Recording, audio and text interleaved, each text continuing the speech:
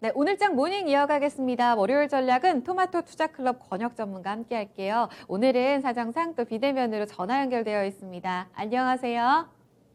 반갑습니다. 권혁입니다. 네, 전문가님. 지금 시장의 분위기를 좀 점검해 볼 텐데 일단 금요일장 앞서 좀 브리핑 드린 것처럼 약세로 거래 마쳤습니다. 큰 조정은 아니었습니다. 쉬어갔다고 보세요? 네, 최근 금요일마다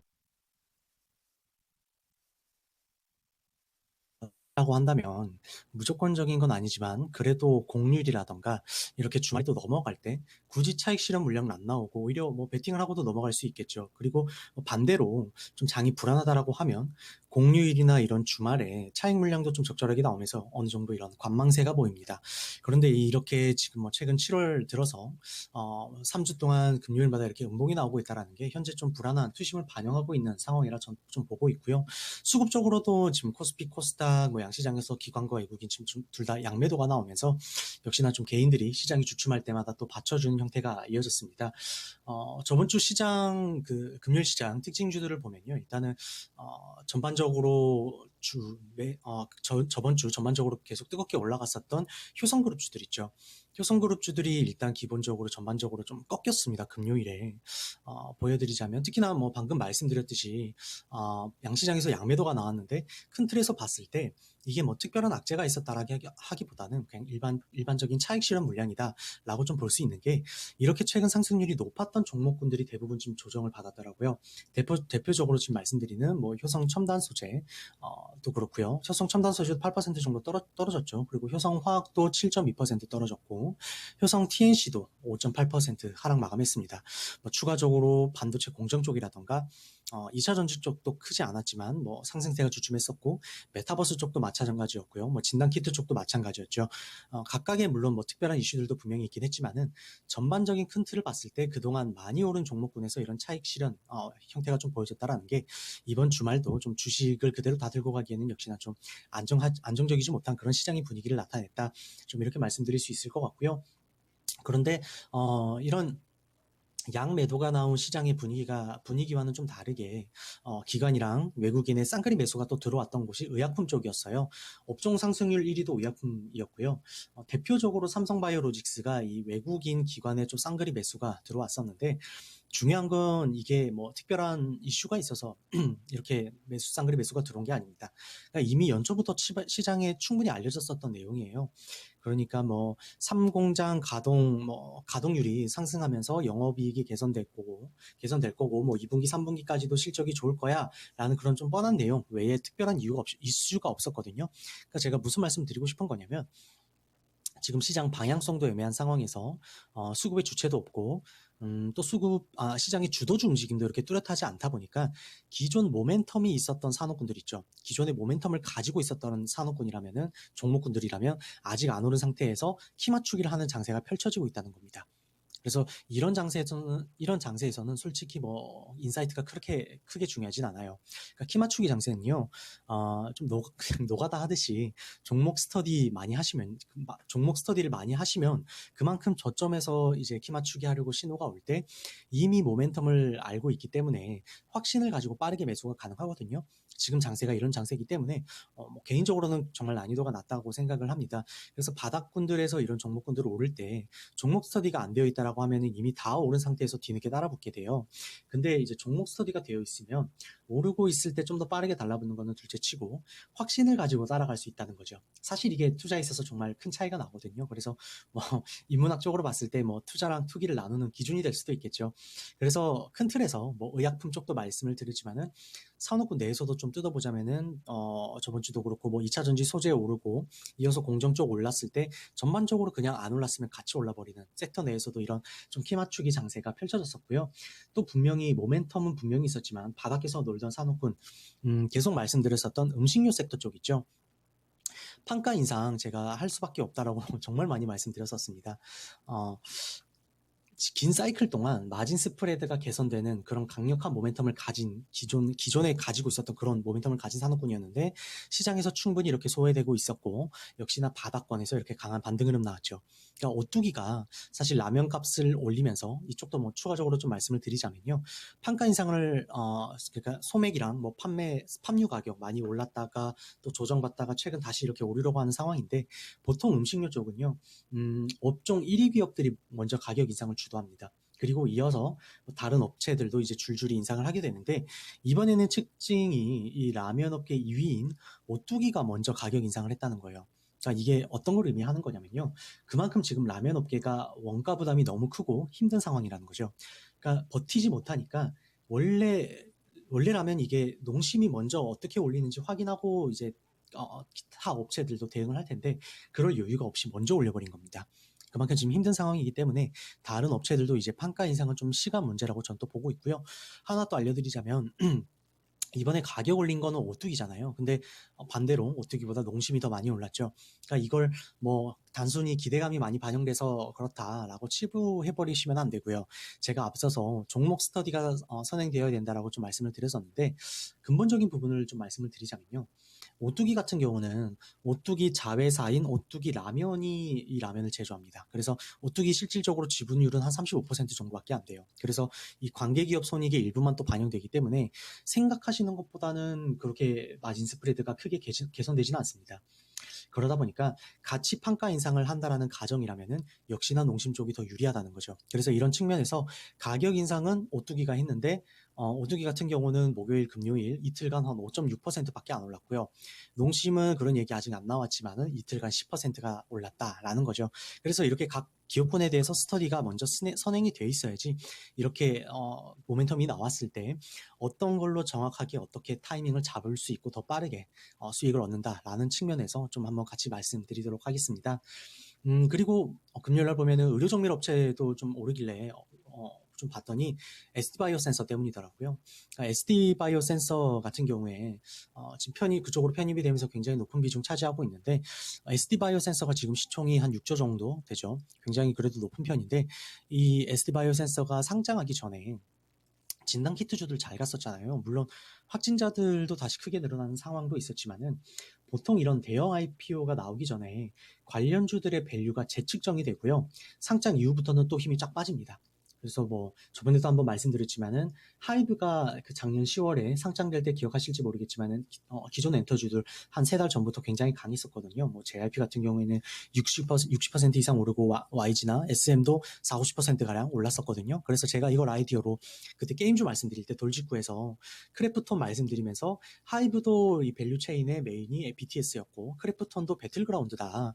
그런데 크래프톤 장위 시총이 뭐 지금 20조가 넘어가니 상장 전에 지금 바닥권에 있는 게임주들에 대해서 한번 인사이트를 말씀드렸었습니다. 그러니까 제가 이걸 무슨 말씀드리고 싶은 거냐면 SD바이오 센서가 상장된 후에 그동안 강했었던 진단키트주들 힘이 빠졌는데 물론 코로나 국면도 있었지만 이런 대형 IPO의 영향도 있었고 이런 부분도 추후 투자 아이디어로 살려서 비슷한 케이스에 비슷한 전략 미리 좀 취하시면 사실 이게 뭐 굉장히 투자 난이도도 낮거든요. 밸류만 측정하면 되는 거라서 네, 이 부분도 좀 같이 말씀드리도록 하겠습니다. 그리고 그 시젠이랑 그 SD바이오 센서 중에 또 뭐 어떤 걸 사야 되냐, 어떤 게 낫냐 물어보시는 분들도 계시더라고요. 어제 또 시젠이 또 최근 조정을 받다 보니까 일단 두 종목이 지금 밸류 갭 차이가 좀 나기 때문에 이쪽으로 포커스를 맞추는 게 맞습니다. 그러니까 SD바이오 센서 같은 경우에 시총이 지금 앞서 말씀드렸지만은 6조 정도인데 영업이익이 SD바이오 센서가 한 5천억대 나오거든요. 영업이익이 한 5천억대인데 시제는 뭐 1천억대예요. 그리고 순이익도 보면은 SD바이오 센서가 4천억대인데 시제는 또 1천억대밖에 안 됩니다. 그래서 연한산 그 PER을 따져보면요.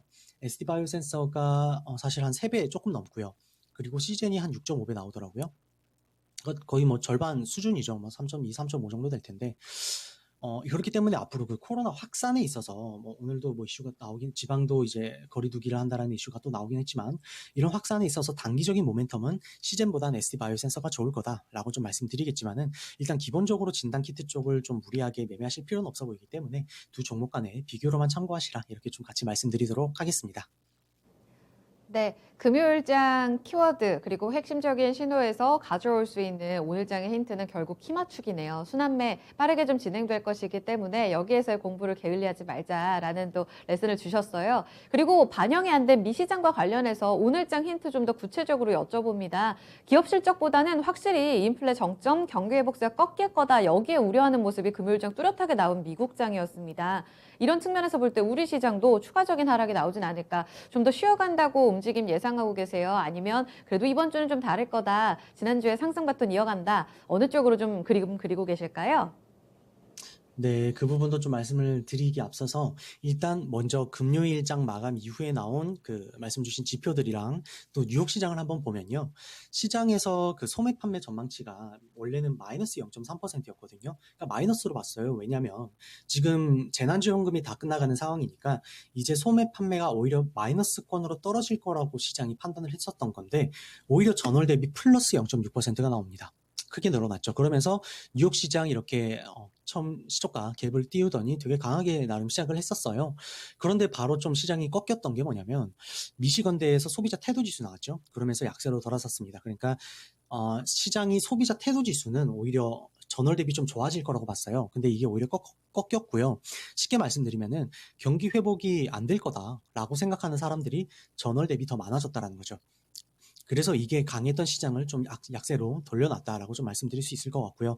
이 부분으로는 좀 지금 현재 상황은 앞서서도 좀 말씀을 드렸지만 악재에 조금 더 민감하게 반응하는 그런 시장의 심리가 보인다라고 좀 말씀을 드리겠고요.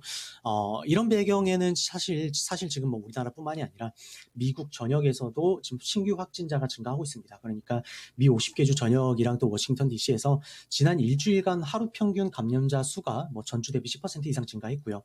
특히나 이 50개 주 중에 38개 주 정도는 확진자 증가율이 또 50%가 넘었더라고요. 그러니까 앞서 말씀드린 그 경기 회복에 대한 피크 우려 있죠. 이게 일단 역시나 그 디플레 압력을 주면서 장기채 금리가 떨어진 부분도 일조를 했겠지만 기본적으로 이런 미국에서도 동시에 지금 빠르게 증가하고 있는 확진자 때문에 안전자산 선호 심리가 커졌다는 거죠. 그러면서 채권 수요를 돋구었고 역시나 금리가 떨어진 데 일조했습니다. 그러면서 지금 10년물 장기채 보니까 한 1.3 정도로 또 떨어졌더라고요. 그래서 이런 부분은 우리 시장에도 오늘 하락의 빌미가 될 거라고 말씀드리겠고요.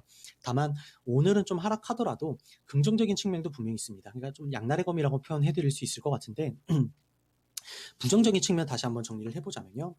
경기 회복에 대한 불안감, 거기에 코로나로 인한 글로벌 성장률의 둔화로 말씀드릴 수 있을 것 같아요. 그러니까 이건 뭐 우리뿐만이 아니라 사실 글로벌 증시의 단기 조정 재료가 될 수도 있겠죠. 그래서 이어서 또 긍정적인 측면을 또 말씀을 드려보자면은 이 코로나 변이로 우리나라가 먼저 매를 맞았다는 겁니다.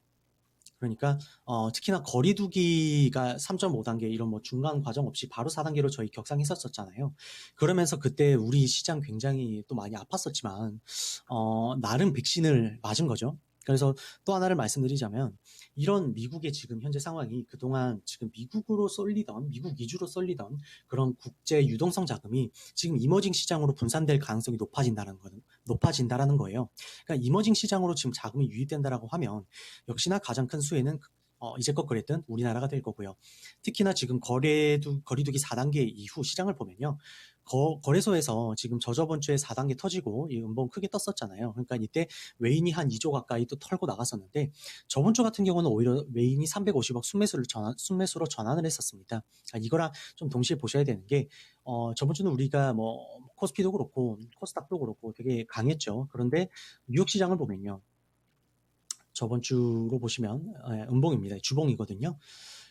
제가 그래서 그러니까 저번 주 뉴욕은 3대 지수가 이렇게 주간 기준으로 전부 다 하락했어요. 근데 이렇게 뭐 우리나라는 코스피, 코스닥 양시장 둘 다 많이 올랐다는 거죠. 제가 무슨 말을 드리고 싶은 거냐면 미국의 이런 상황 때문에 그간 미국으로 쏠리던 자금들이 우리 시장으로 들어오고 있다는 거고 앞으로도 이런 부분은 긍정적인 측면으로 같이 한번 기대를 해볼 수 있다는 거죠.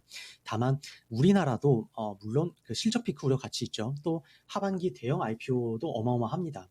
이게 또 시장의 유동성을 흡수한다는 그 개별적인 요인도 분명히 있는 만큼 시장 상승 동력이 강하게 나오기에는 제한적일 것이다. 좀 이렇게 말씀드릴게요. 정리하자면은 오늘 같은 경우에는 단기 조정은 피할 수 없겠지만 주 전반적으로 봤을 때 긍정적인 측면도 분명히 존재하고 존재하지만 그래도 상승을 하더라도 강한 상승 동력이 나오기에는 제한적이다. 제한적이다라고 좀 정리를 해드릴 수 있을 것 같아요. 그래서 전략을 좀 말씀드리자면 신규 매수 자리는 단기적으로 방망이를 좀 짧게 대응을 하셔야 되겠고요.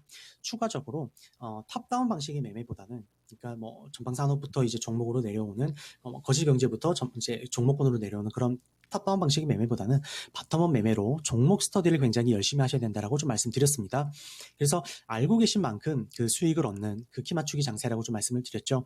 또 음식료 쪽도 강한 모멘텀이 있었는데 최근 소외를 또 크게 받으면서 어떻게 말씀드려야 될까요? 소외를 받아서 조정도 이쁘게 받았었고요. 그만큼 모멘텀이 지금 실현되고 있는 상황이니만큼 라면 쪽에 이어서 제과 쪽도 좀 보시라고 말씀드리겠고요.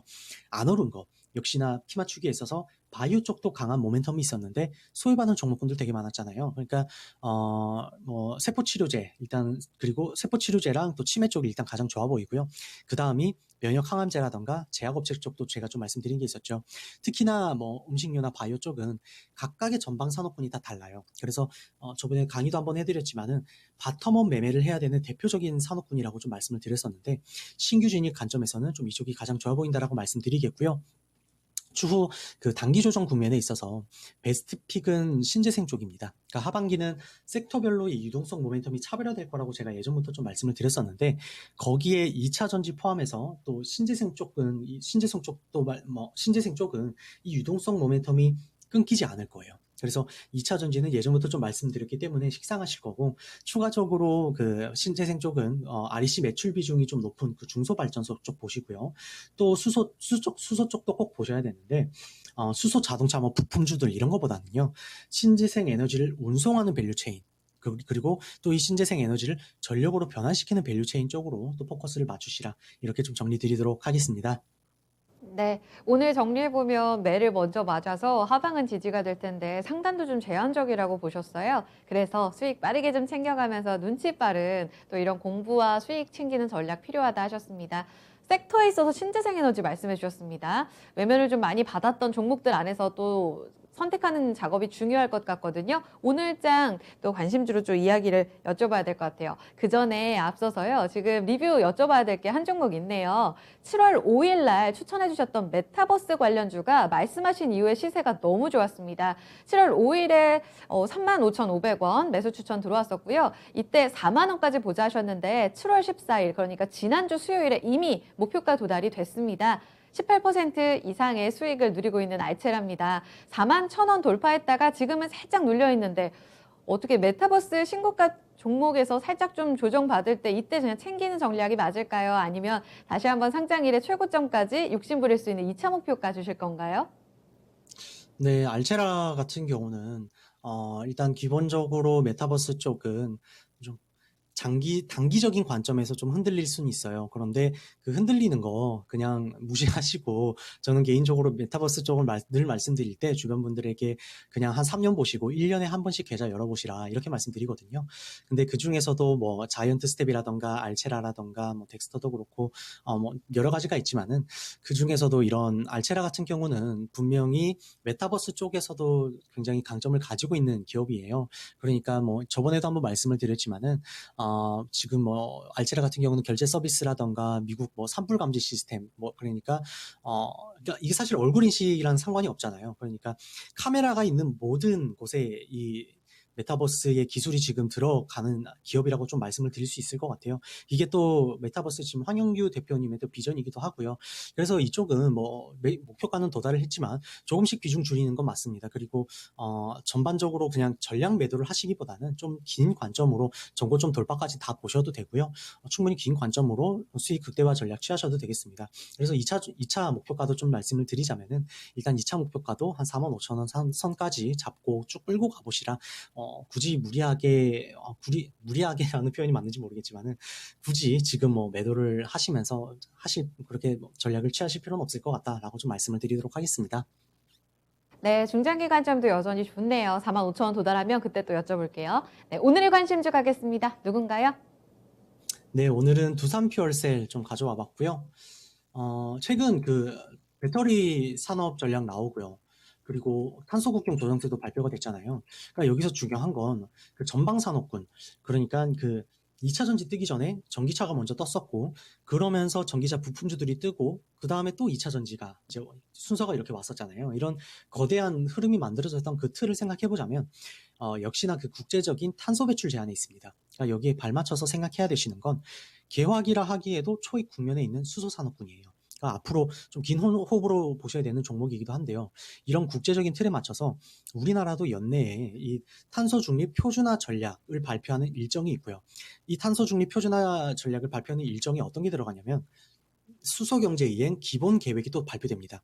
그래서 또 추가적으로 지금 당장 10월에도 수소 경제 활성화를 위한 그 수소법 개정도 또 있습니다.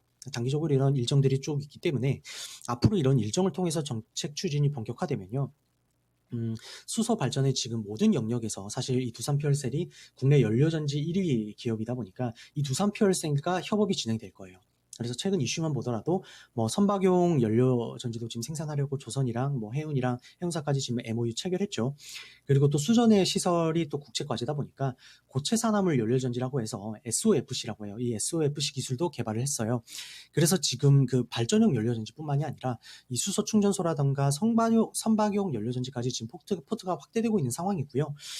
다만 지금 당장 실적이 잘 나오는 기업은 아닙니다. 그러니까 실적 추정치도 지금 계속 하향되고 있는 상황이니만큼 주가 횡보 구간도 이렇게 지금 같이 길어지고 있는데, 이게 10월 내에 수소법 개정이 완료되면 이제 발주처들의 이 사업 추진도 지속해서 이어질 거고, 동시에 또 연료전지 발전소 규모도 크게 증가하면서 증설 모멘텀도 같이 부각되는 그런 과정이 나올 거라고 봅니다.